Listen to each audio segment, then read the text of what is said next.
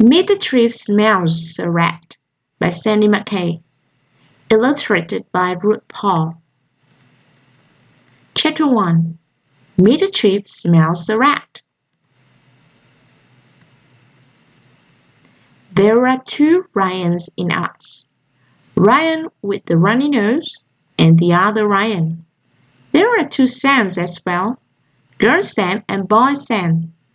And there's Tanya and Jessie and Henry and Jamie and Jing and Julie and Jasper and Ted. And then there's me, Lily. Our teacher's name is Mr Tripp. Mr Tripp is awesome. He is round like a teddy bear, and he wears a red shirt that comes out over his tummy. The things Mr Tripp likes are chocolate muffins, surprising spelling tests, and riddles. The things Mr Tripp doesn't like are sardine sandwiches, little bugs, and knock-knock jokes. And one other thing, rats. Mr Tripp hates rats. Good morning, room 5. Good morning, Mr Tripp. What's brown and hairy, wears dark glasses, and carries a pile of exercise books? What? A coconut disguised as a teacher. Mr Tripp is good at telling jokes. He says everyone has something they are good at. This is what the kids in room 5 are good at. Jing can turn her eyelids inside out. Julie can juggle oranges, 3 at a time. Ted can balance on one leg for 85 seconds without falling over. Jasper knows the first verse of Waltzing Matilda backwards. Jessie can do a cartwheel with one hand. I can hold my breath for ages. And Jamie is good at drawing frogs. Some people have more than one thing they are good at. Mr Tripp tells good jokes and has a clever nose. His nose can tell you what's in the sandwich without even looking.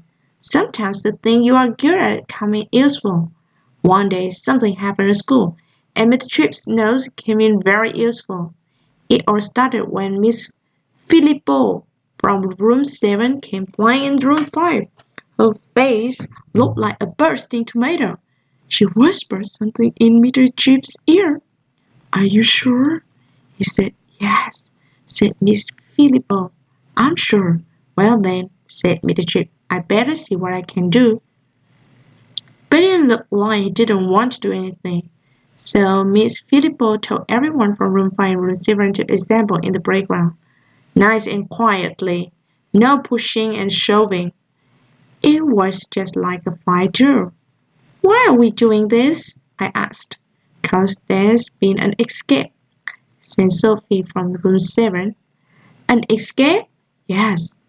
Ricky Ryder's rat sneaked out of his cage, and no one knows where it went. And Miss Philippo is scared of rats. So that's why Mr Tripp has to catch it, said Sophie. Oh, I said.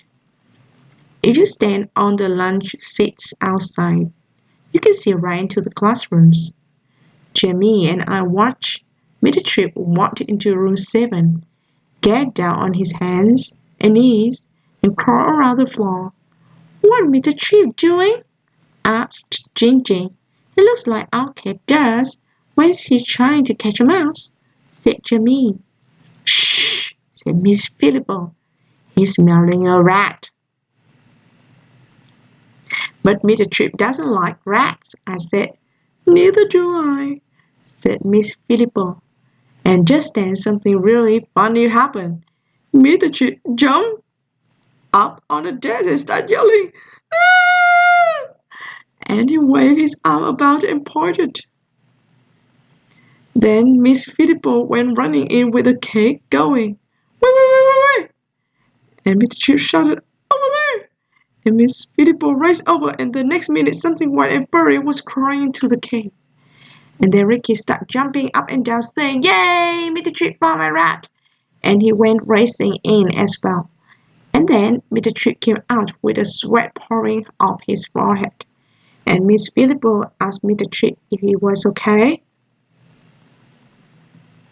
And Mr. Tripp said, yes, he was, but Jamie didn't think he looked it. And Miss Philippa said, thank you so much. You are very brave. And then she turned to us and said, 3 cheers for Mr. Tripp.